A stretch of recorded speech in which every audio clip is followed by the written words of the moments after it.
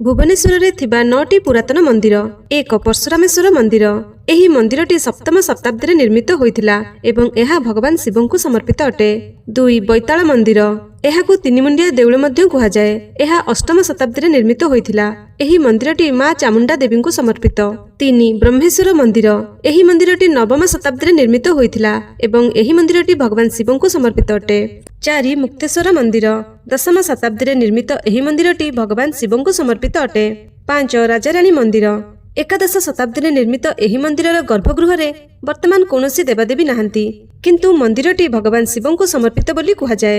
एही मंदिरटी तार पत्थर खोदेई कारुकार्य पई प्रसिद्ध। 6 लिंगराज मंदिर एकादश शताब्दी निर्मित एही मंदिरटी भगवान शिव को समर्पित अटे। 7 भास्करेश्वर मंदिर द्वादश शताब्दी निर्मित एही मंदिरटी भगवान शिव को समर्पित अटे। 8 केदार गौरी मंदिर द्वादश शताब्दी निर्मित एही मंदिरटी भगवान शिव और माता पार्वती को समर्पित अटे। 9 अनंत वासुदेव मंदिर एही मंदिरटी त्रयोदश शताब्दी निर्मित होइथिला एवं एहा भगवान विष्णु को समर्पित अटे।